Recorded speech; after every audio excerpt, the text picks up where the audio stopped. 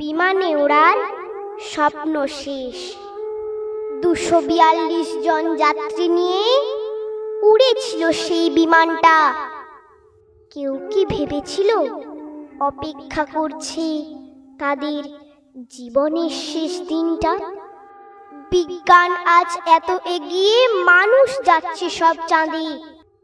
বিজ্ঞানের যেমন আশীর্বাদ আছে, ঠিক তেমনি অভিশাপেও মানুষ কাঁদে।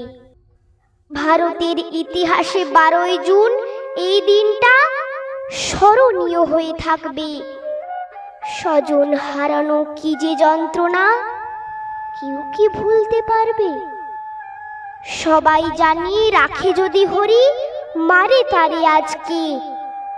কথাটাকে আজ সত্যি মনে হয় বিশ্বাস কুমার রমেশকে দেখে। আকাশে ওড়ার স্বপ্নটা যে আজ রয়েছে সবার মনে। ভগবানের কাছে প্রার্থনা সবার, এই দিনটা আর না যেন আনে।